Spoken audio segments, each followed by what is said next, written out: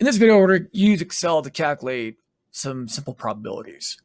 So the first one is we want to find the probability that if a person is chosen at random, they had the flu last year. Well, we have 212 people that said, yes, they had the flu last year. So I'll type 212 here. And we had 424 people that said no. And then we're going to just sum these two things. We get a total of 636 people in our sample. 424 said, no, I didn't have the flu. And 212 said, yes, I had the flu.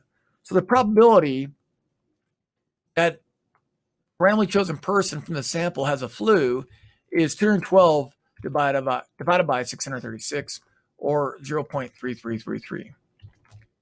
And we're going to report that in 4 decimal places. Okay, next question. On a 20-question multiple choice test, where each question has 4 answers, report your answer using 6 decimal places below. Now, we're assuming that the student taking a test, a given student taking the test, is going to guess on every one of these questions. So the probability of getting a given question correct is what? Well, the 4 responses for a given question are mutually exclusive. And only one of them is correct.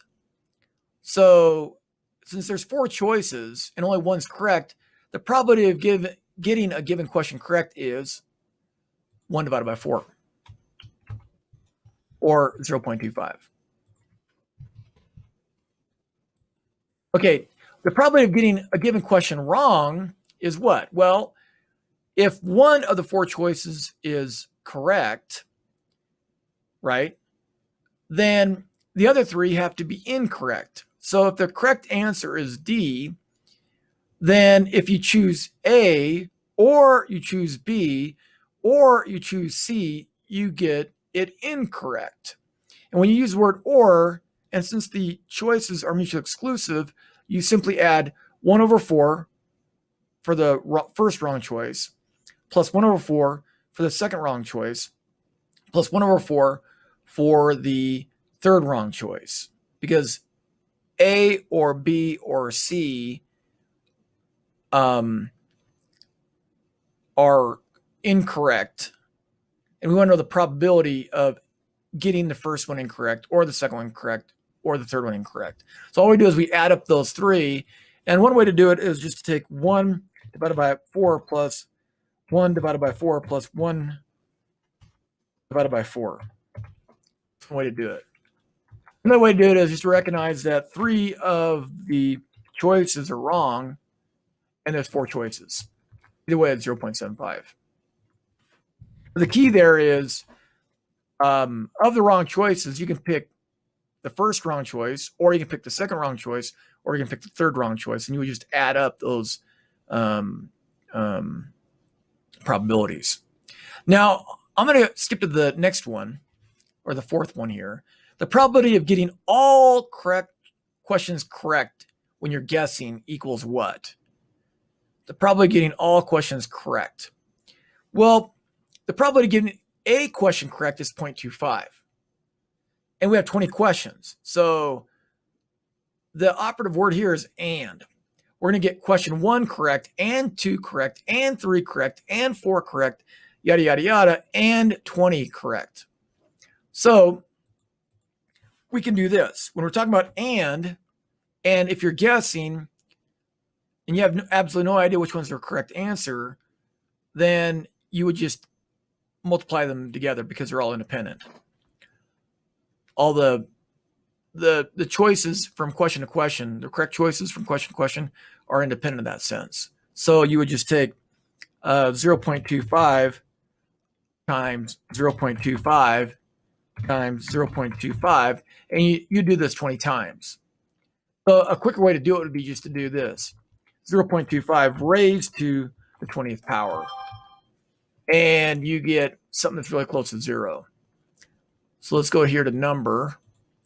We're going to change it to number and then add 6 decimal places, right? So you get something that's really close to 0. So if you're guessing on a 20 question multiple choice test where each question has 4 answers, the probability of getting all 20 questions correct is really close to 0. Now, the next one's kind of tricky because you're looking at the probability of getting 0 questions correct. Another way to think about this is you're looking for the probability of getting all questions incorrect. So you're going to get question 1 incorrect, question 2 incorrect, and question 3 incorrect, and question 4 incorrect, and question 5 incorrect, yada, yada, yada, and question 20 incorrect. So what you do here is you take the probability of getting a question incorrect, 0.75, you multiply it by 0.75 times 0.75, you repeat that 20 times because there's 20 questions. Again, an easy way to do that is to raise this 0.25 to 20, to the 20th power. And the answer is a little higher than if you were trying to get them all correct. If you're trying to get them all incorrect, 3 decimal places, yeah. If you're trying to get them all incorrect, your probability of doing that is a little higher than if you're trying to get them all correct. And we could enter to see how we're doing so far. It looks like we got them all correct. We're going to use the spinner now to answer these questions here. So the first one is the probability of the spinner landing on a 12. Well, there's only one 12 and there's 16 numbers. So that probability is just 1 divided by 16. 1 12, 16 numbers, 1 and 16, or 0.625. The probability of the spinner landing on a green number. Well, remember, the probability of landing on a given number is 1 divided by 16. So we can land on this number, or we can land on this number, or we can land on this number, or we can land on that number. So the way we calculate that is 1 divided by 16 plus, remember, or is plus, right? 1 divided by 16 plus 1 divided by 16 plus 1 divided by 16. Another way to think about that is how many green boxes are there? Green areas. There's 4, and there's 16 total areas. So you could also do it this way too. 4 divided by 16. So 0.25. Now, the probability of the spinner landing on a number less than 1 equals what? Well, the lowest number is 1, so there's 0 numbers that are less than 1, so this would be 0 divided by 16, or just 0. The probability of the spinner landing on a number greater than 5. Well, how many numbers are greater than 5? Well, this is greater than 5. 1, 2. This is greater than 5, or this is greater than 5, or this is greater than 5, or this is greater than 5, yada, yada, yada, or this is greater than 5. Again, we're going to add these up, right? How many are greater than 5? 1, 2, 3, 4, 5, 6, 7, 8, 9, 10, 11. 11 numbers are greater than 5. So we can just type equal 11 divided by 16, which is 0.6875. Now, what's the probability of the spinner landing on 3 or 6? Remember, the probability of this is 1 in 16. The probability of this is 1 in 16. We're using or, so we just add 1 divided by 16 plus 1 divided by 16, which is 2 divided by 16. And 2 divided by 16 is 1/8, or 0.125. Now down here, suppose you roll a die, a special 19-sided die. I don't know if that's even possible, but that's what the algorithm spit out. The probability that number rolled is a 1 or a 3 equals what? Well, again, the probability of rolling a 1 on a 19-sided die is 1 divided by 19. The probability of rolling a 3 is 1 divided by 19. And since I got the word or here, I have to do what? I have to add 1 divided by 19 plus 1 divided by 19. So, or, which another way of saying that is 2 divided by 19. I'm going to go ahead and limit the number of decimal places to 4 by clicking on number and then shrinking that down to 4 decimal places.